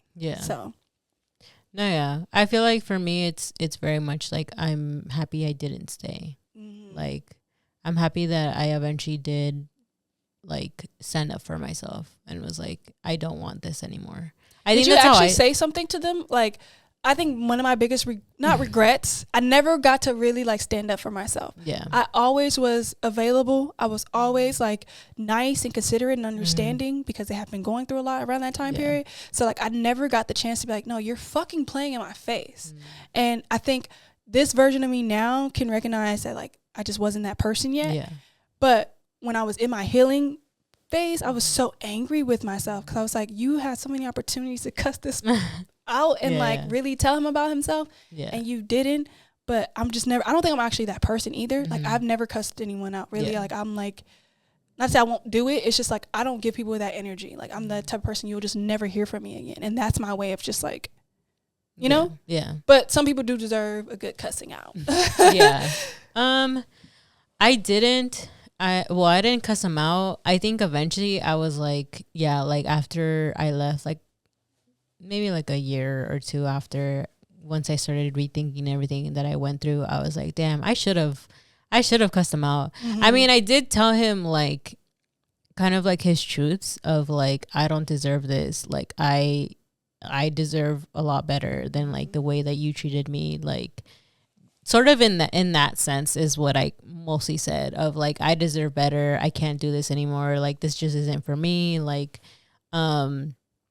but eventually I was like, no, there is some things that I really let slide that I didn't like at the time realize that they weren't good things that I shouldn't have let slide. So that's why I was like, I think I eventually was like, I did want to like cuss him out and be like, no, you were this terrible like fucking person that like did all these things or whatever. But I think at the time it was still just through like anger of him, of like, of the potential that again, like he didn't reach or give me, or like the relationship that I wanted, he wasn't giving me. And I think that was just coming off of the anger. Yeah.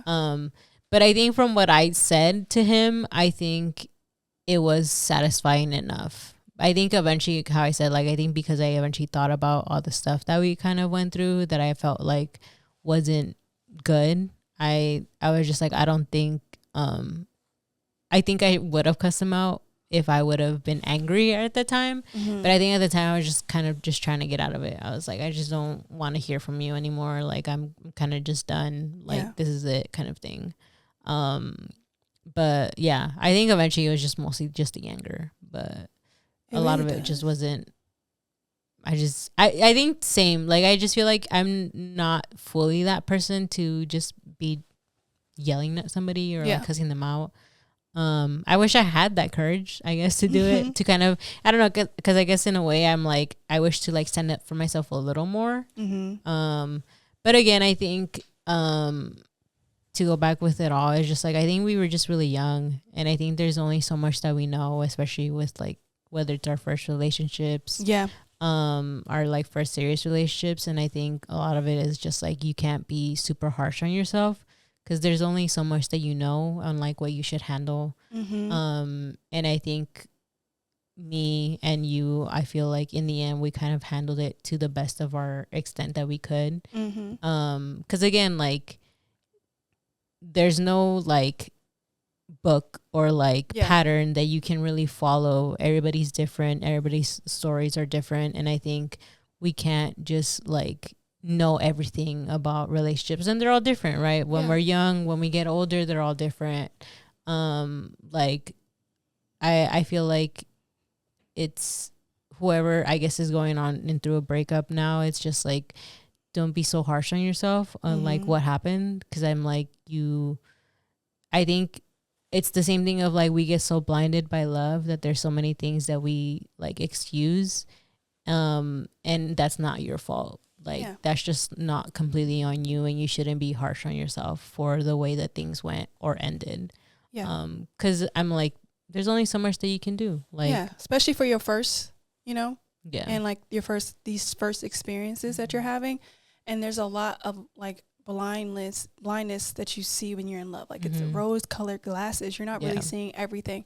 That's why I do think it's really important to talk to your friends, even if it's embarrassing, to say the things out loud. Like that's one thing I'm like actively trying to do now when I'm dating, because I don't want to because if I'm afraid to tell my friends, then there's something wrong here. Yeah. And also it's just like, I think you really don't know until you know. And it's important that you just allow yourself to be as present as possible when you're going through these things, because it's difficult to know when to leave and how to leave. And it's like, it's it's a lot. Yeah. It really is. There's really no rhyme or reason to it sometimes too. And like a lot of times we can gaslight ourselves. I know I have a hard time doing, like I do that all the time. And then like for when it comes to like speaking up for yourself, I think the main reason why I didn't speak up for myself in the beginning is because at first I didn't know how. And then second, I didn't believe myself. Like I didn't believe genuinely that I deserved any more than what I was getting. So it's easy to just like sit in that because you don't think that there's more out there.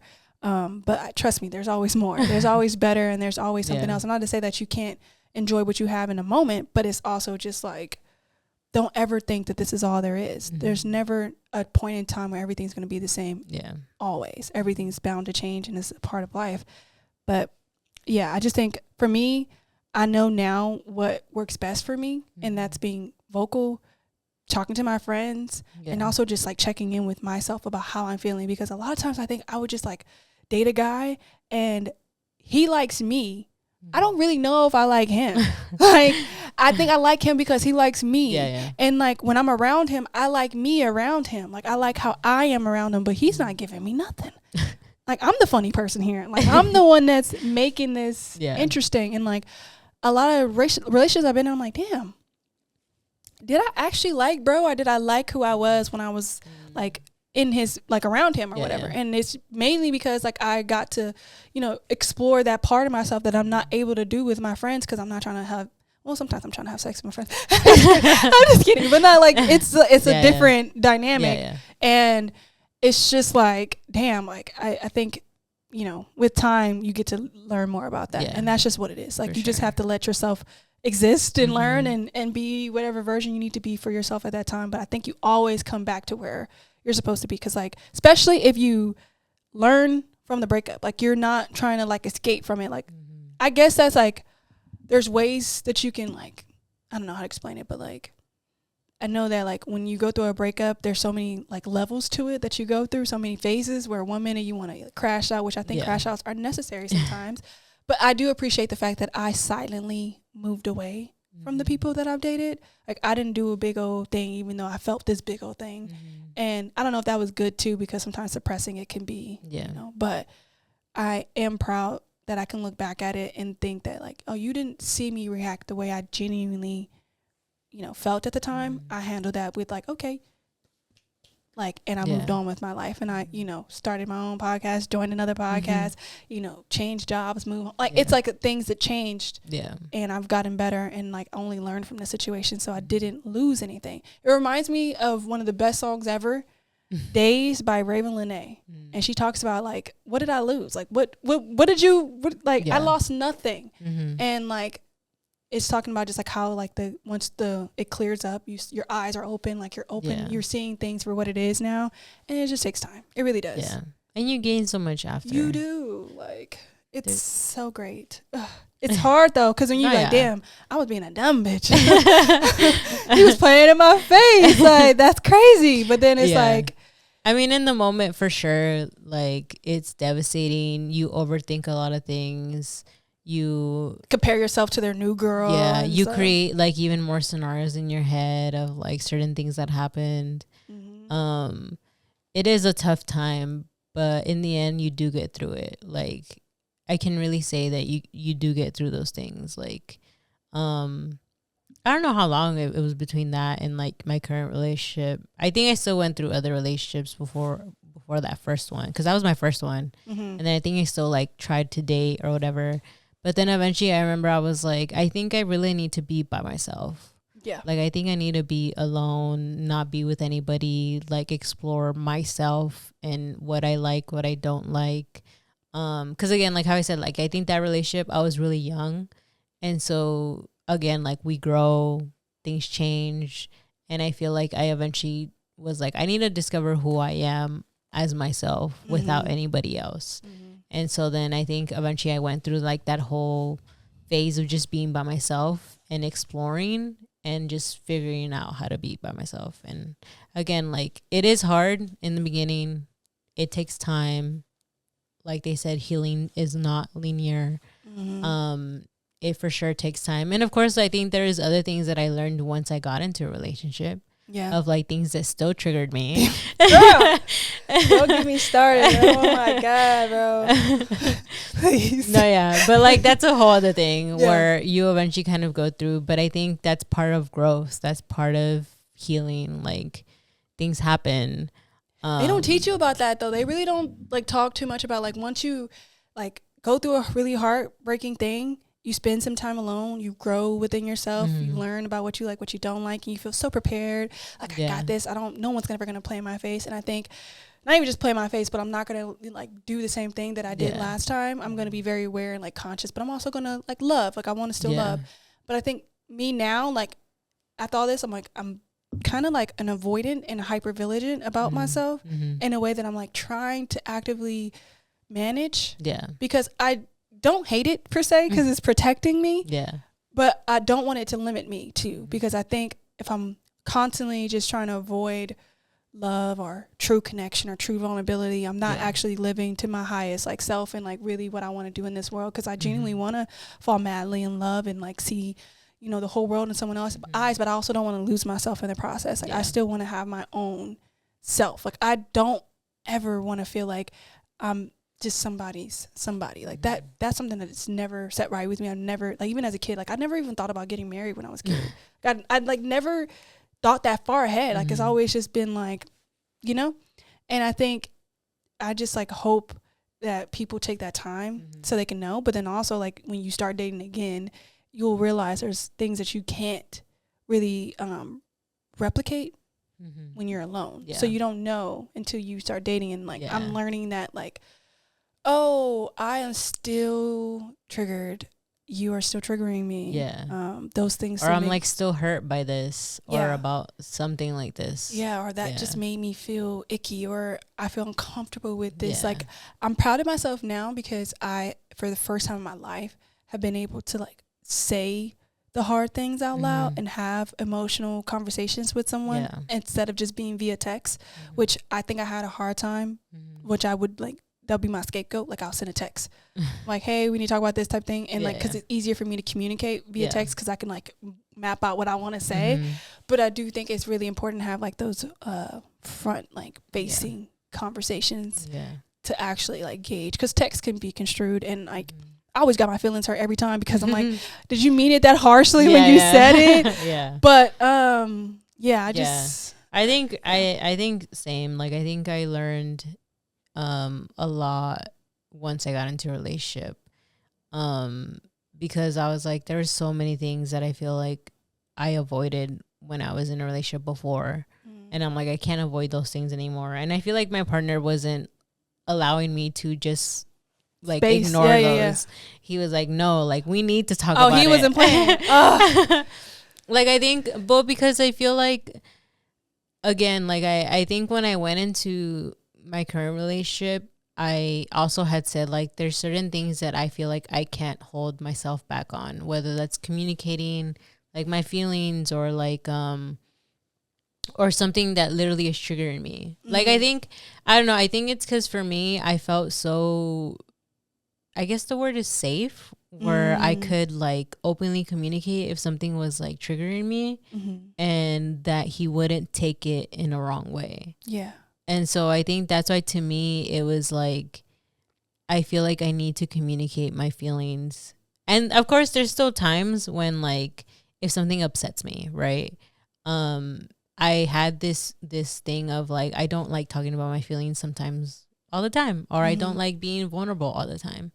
And so then he would kind of like push me to be like, no, something's bothering you. Like you need to talk to me. Yeah. And I'd be like, I don't know how to, I would just immediately start crying. I'd be like, cause I don't know how to express it. Like I don't know how to like say what I'm feeling, like, so then I just start crying, which is why also like anger for me is also like me crying because I don't know how to express it. So then my body kind of expresses it in tears. Yes.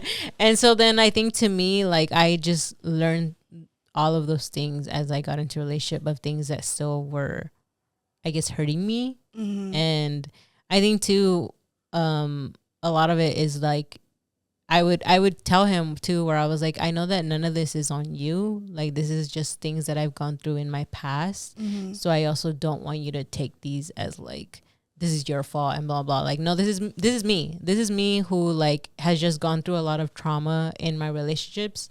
And I just need you to understand that like, these are the emotions that I'm going through. Yeah. And so then I think just having like a partner like that was like willing to listen and also pushing me to be like, well, what can we do to make you feel better about these things? Yeah. So I think it's a lot of learning for sure that you also go through once you get into a relationship as well. Yeah, which I appreciate because I think it's kind of funny now, but like I'm dating this guy and like I was like calling him and like it was going straight to voicemail. And so that was triggering the fuck out of me. And then after a while, I stopped going to voicemail and it started saying like this caller, and I'm like, did you just fucking block me? And I started to fucking freak out. Yeah. And so I'm like, I didn't like outwardly freak out, but in my head I was freaking out. And I'm like, cause I'm like over trying like at his house, like I'm over trying to get into like not get into his house, but like, cause I was driving to his house and I was calling him to come like outside to come, you know, greet me or whatever. And come to find out his phone had died and his like thing is on do not disturb, so that's why I was doing that. And I'm like, okay, because it was about to be a fucking party, because like I got triggered and I'm like, damn, why did that bother me so much? Because like why would he block me if he knows I'm on, like, who does that? Like I don't know why I went straight to like, oh no, he blocked me. And like I think for me, when I'm trying to like rework, it's like not to assume the worst every fucking time. Like I always go to immediately the depths of hell. Like if you do one thing weird, like in a like especially in a romantic sense for me, because like friendships, like I'm very like I know who my friends are and like how they act and what they would do and what they do for the most part, you know. And like with relationships, when you're getting to know somebody, you don't really, you know. And then also when you've been through some shit, you're kind of like, you know. So whenever like things happen, I'm always just kind of like, why do I go to absolute hell with this? Like I'm like, oh no, he didn't respond to my text, he's fucking 18 bitches right now. Like, wait, where did, and like now beforehand I would like run with that thought and like ruminate on it. Now I hear it and I'm like, girl, you tripping. Like let's reel it back, go eat something, go take a shower, go do something. You should not be so waiting on them. Once I start feeling like that, I'm like, oh, you're not busy enough right now. You're too focused on what this person thinks and feels, and like that's okay. Like I do want to care and think of what my person feels, but not all the damn time when it comes to like regular life. Like that's not that, you know. So I think it's also like a lot of it is like because you get triggered, right? But you also see patterns, right? Like you see patterns of things. And I think because of just the things that we've gone through, like trauma and all that stuff, because you see those patterns, you're like, I know where this is going to lead. But then it's the thing of like, it's not all the same. Like, it's not like it is your body trying to be protective of you and your mind trying to be protective of you of like, we've seen this before and we know where it's led, which it usually has led whether to a fight or a breakup or whatever. And so like, I think we're just so like, it's literally just us trying to protect ourselves. But then I think that's why it's important to communicate of like how you're feeling. Cause it's like, well, this is what I'm going through. Like, and then you start overthinking, right? So then you're like, okay, like, is this, that, or whatever. And that's why it's important to like say like what's going on. Cause then that way they can actually reassure you or whatever it is to be like, no, like it literally was just me, like my phone died or whatever. Or like I was in the shower so I couldn't answer you or whatever. Like, or I was busy helping somebody at work, so I couldn't really like pick up your car or whatever. It could be a reasonable response, and like sometimes you just have to allow yourself to have, not allow yourself, but like have the conversation, just like ask instead of assuming. I think assuming really does like cloud your whole like perspective and like also your experience. Cause like I'm like, why am I stressing out about this? Like I literally like, I'm having a good time. Like why am I trying to find what's wrong here? And I know it's like you said, your body protecting you, but it's also just like, sometimes you have to let things play out. And like if you come to someone and you're telling them how you feel and they get defensive, that's when you'll know. Yeah. But if you're coming to someone and they're reassuring you, then you know that this person is like in it, they're trying. And the only time you can know anything different is when they show you. And like, just don't go. Yeah. I'm not saying don't assume, because that's impossible, but it's also just like manage the assumptions. Like when you hear it, when you feel it, when you think it, has anything shown you that, or you just went there? Like that's what I'm always just thinking nowadays, because I'm like, I don't want to sabotage this because I'm afraid of getting hurt. Being hurt is not the end of the world. I've seen what is done to me. I gotten better. What makes you think I won't get better if that was the case? It's not the end all be all. Like the world will keep on spinning. There's more things there's more people to love. I was gonna say inappropriate things, but I'm gonna keep it to myself. But yeah, in the end, everything will be fine. Everything will be cool. Yeah. Everything's cool, guys. Everything's cool, y'all. It'll be okay. It'll be fine. We'll be fine. Yeah. All right. So to end us off, we're going to say our question of the week. So this question is, what intuition or / body signal did you ignore when dating someone? I got one. So, one thing I've noticed about myself, my body is very intuitive. I think women in general, we're very intuitive people. Yeah. My body will let me know if someone is not the right person for me in several ways. For one, if I can't sleep next to you, like I'm constantly tossing and turning, or I'm waking up or whatever, and it's not just because it's hot in the room or like there's, other factors. I genuinely just can't sleep, especially because if it's at my own apartment, in my own bed, and I've slept here perfectly fine beforehand, and when my friends are over, I sleep perfectly fine. But when it's you, when it's you in that bed, and all of a sudden I just can't seem to get in a good night's rest, I'm waking up throughout the night. And you know how when men do have you dated a man that like twitches all the time when they sleep? Well, I've dated a few men who just be twitching. I'm like, that's the demons on them. But like if I feel like my body can't rest around you, genuinely, I could tell that something's not right here. And like another thing for me is just like, if I'm like not able to like have a clearer conscious thought around you, like where I can like actually just like not like I'm constantly thinking about everything that I'm saying and stuff like that, I know that you're not someone for me, because my body's I'm typically myself. Like, and so whenever I'm not feeling like that, I know that there's something underlying here that I just can't seem to work with. And I've also had dreams about a person. I think I talked about this on one episode where I had a really bad dream about somebody doing something to me. And I stopped talking to him because like I don't even have dreams like that. So what the fuck? So yeah. Okay. I feel like to me it's always been like off of more like a vibe.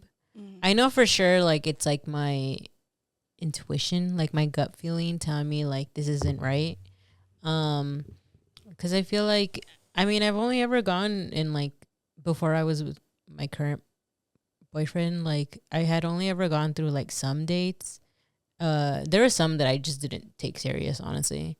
And then before that, I would say maybe one relationship where I went into it like very, I guess infatuated, but very like, oh, like I'll just get into this kind of thing. And then eventually feeling like this wasn't right for me, like just having like this feeling of like I don't like this anymore, like I'm not very into it. But I think it's always like a gut feeling, or like just the vibe of me, like how I'm just physically feeling of like I'm not really interested anymore, or like I'm really tired like around you, like it I don't know how to describe it, but it was just like a feeling of that, of like there wasn't like this excitement anymore. So I think that's something that I've kind of have like sort of picked up on that would happen to me, of like there was just like this sort of like vibe or like energy that I just wasn't feeling with them anymore. I think it only really happened to me like once when I was like a lot younger, where I was like, I felt this feeling of like I'm not really feeling this anymore. Cause yeah, I didn't really date too much, or I wasn't in relationships too much. Again, cause I said like I wanted to be by myself. I was in a long-term relationship, so I was like I wanted to be by myself. But yeah, I feel like I just having like those feelings, and like I think there is a lot of like thoughts that come into my head, and I'm like, why would I be having these thoughts? Yeah. I feel like I shouldn't be having these thoughts if I'm really happy in this relationship. Yeah. So I think just like things that I think about, a lot of, again, like I said, like a gut feeling. I feel like another thing that I can describe is like, you know how if you really like somebody, some people describe them as like butterflies and stuff. Like I think when I would see certain people, I just didn't feel anything. Like it was just like there's just nothing there. But like in a way I would still kind of like them, but at the same time it's like there wasn't this like full on feeling of like how I said, like excitement or something. Yeah. So I think that's something that I've felt, and like sometimes I choose to ignore because I was like, oh no, but they are a good person. Right. Like I think they're really cool, and like I still want to be with them and see where it kind of goes. But I think in the end it kind of like bites you in the ass of like this just wasn't right. Yeah. Because I feel like I think the other part about this like one relationship is that like I feel like I really liked them, and then I feel like once I started having like those like feelings of like I don't like them anymore, I still kept trying, but then I was like, I feel like that's not right for me to still be with them when I'm not feeling them anymore. Yeah. So it made me like feel bad, like, and this is the part of like why it was bad for me to ignore it, because I felt like not that I was leading them, because I did genuinely care for them and I liked them, but I feel like it just wasn't like what we would have potentially wanted of like being in an ultra like serious relationship. Because I was like, I just don't see it. Like I don't see a future with this person or anything. But I think I like how I said, like I don't want to give up on somebody. So I was like, no, maybe it's just like maybe we're just going through like this little bump of like me just not like not feeling it anymore or whatever. But eventually I was just like, no, I don't think I'm enjoying this relationship anymore. So I was like, no, I need to follow that feeling of like what I am currently feeling and not just ignoring it completely.